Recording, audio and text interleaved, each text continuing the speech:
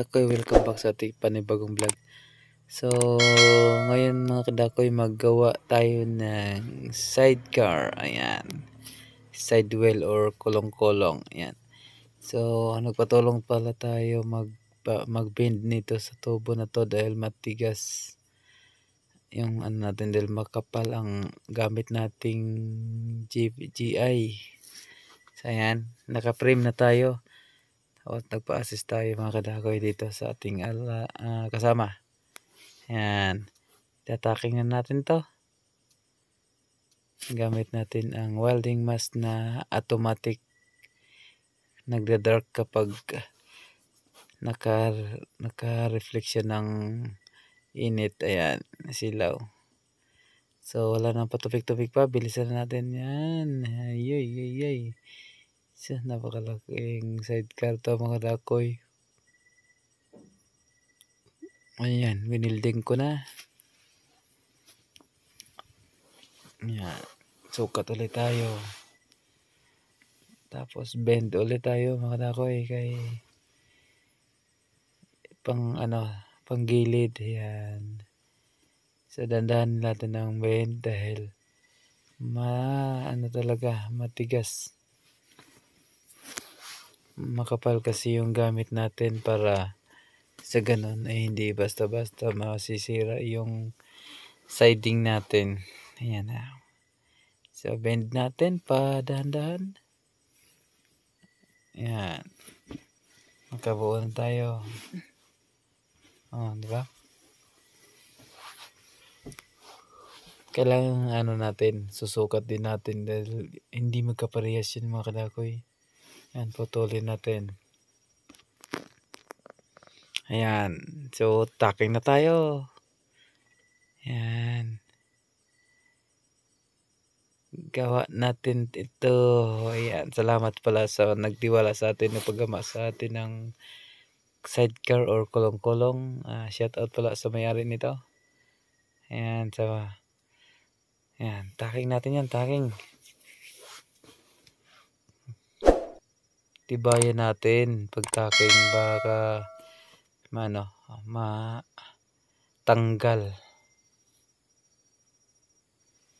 Ayan. Tapos putol ulit tayo. Pangputulin natin yung mga kailangang putulin. Ayan mga kadakoy, oh. Putol na naman tayo. Pang gitnaan. Ayan. Tapos sukatin natin. Tapos iano natin sa kuwan. Ayan. So yung muna natin, pag-unahan na natin ang inuna natin para maka-frame tayo.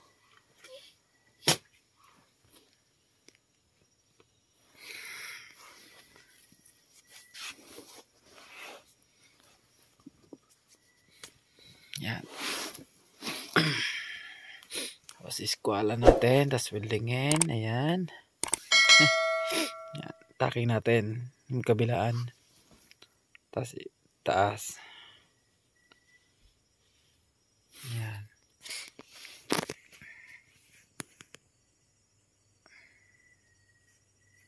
Yan, tacking ulit. Kabila. Ayan.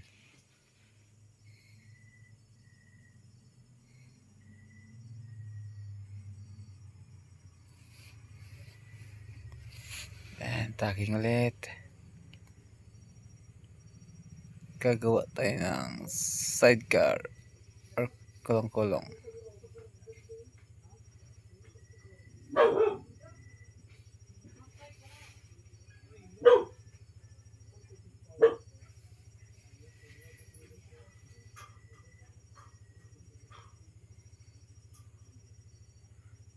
Yan, inhalay natin. Tapos i-grind.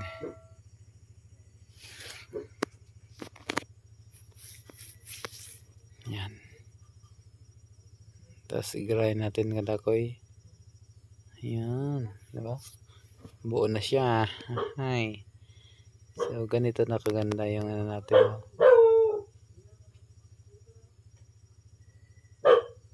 buo na siya mga kadakoy. Yan. So buo na nalatagay natin ng sahig.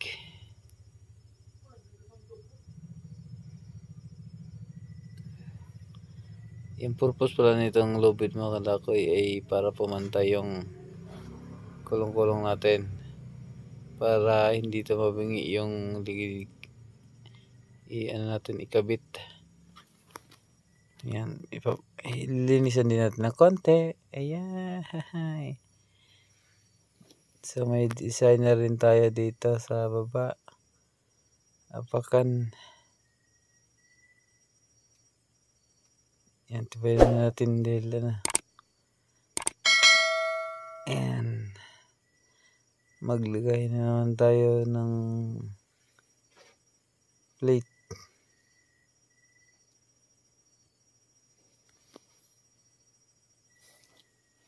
Yan. Yeah. Mayroon na tayong gulong. Lagyan natin ng gulong mga kadakoy, tapos mukha. Yan, may mukha na. Ganito lang kabilis kadakoy. Lagyan natin ng mukha para ito lang yung tumatama pag na diretso. Ayan, hinang natin. Hinangan natin para hindi matanggal.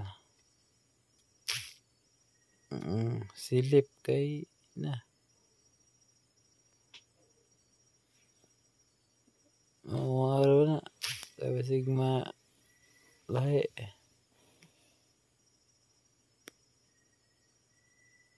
Yan.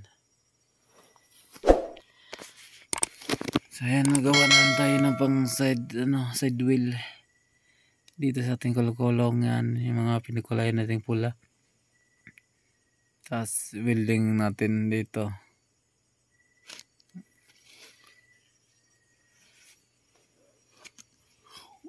At naglagay na rin pala tayo ng mga pampatibay sa ating sidecar. Yan.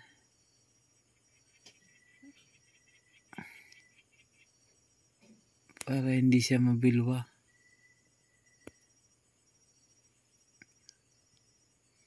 Yan, hinangan natin.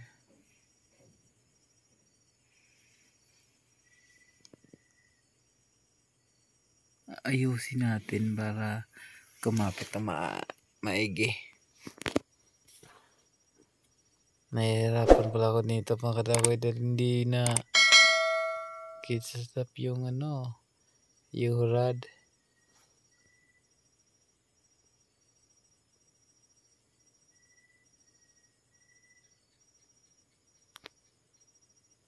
Ayan, lagyan natin ng harang. Lagyan na natin ng brace para lalong tumibay. Yan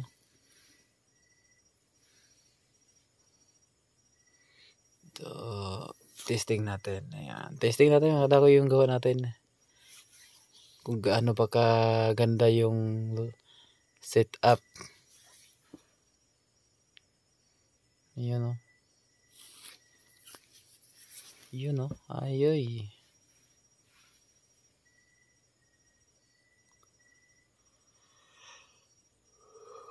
Yan, testing natin. Tuloy So, na-align na natin mga kadakoy. Ayos na ayos yung align natin. Tapos ito, tinanggalan natin ng ulit kasi mag-welding ulit tayo. Dahil kanina hindi natin pina-full weld, tacking lang yon. Dahil alam niyo naman, kailangan natin i-testing bago natin i-full weld. Yan.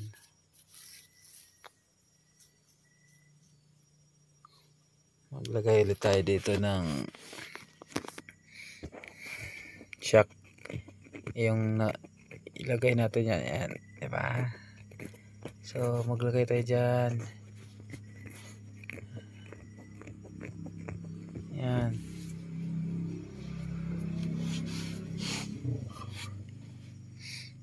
So abunan natin yung natin axle dahil baka matalsikan. So yun, no. Ayan, ayos na ayos na mga dakoy. Talagang pinaghandaan talaga to.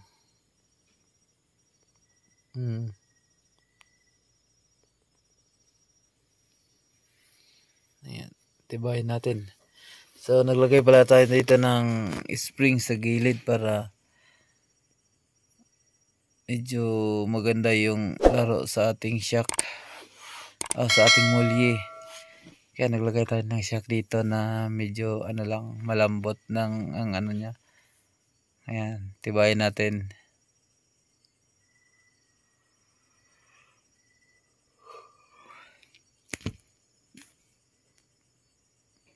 So dito natin tibayan para laging ano. Ayan.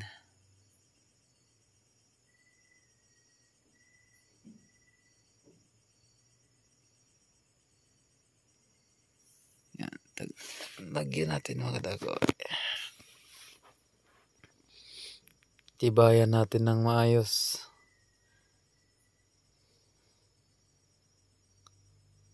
Hindi. Ayan o.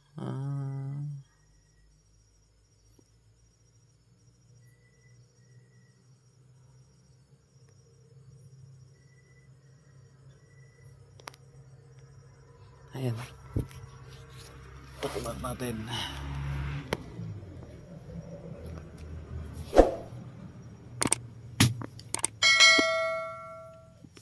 So, tibayan natin mga kadakoy. Ayan.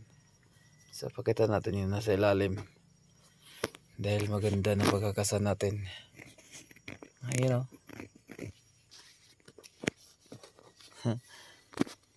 So, titik-tikin natin para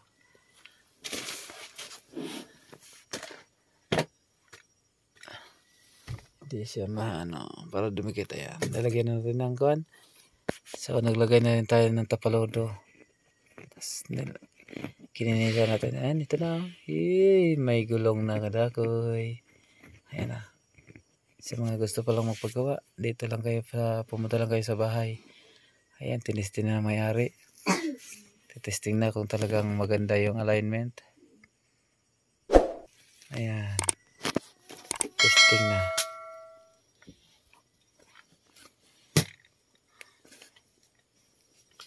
Ayan, testing na. Thank you for watching mga kadakoy.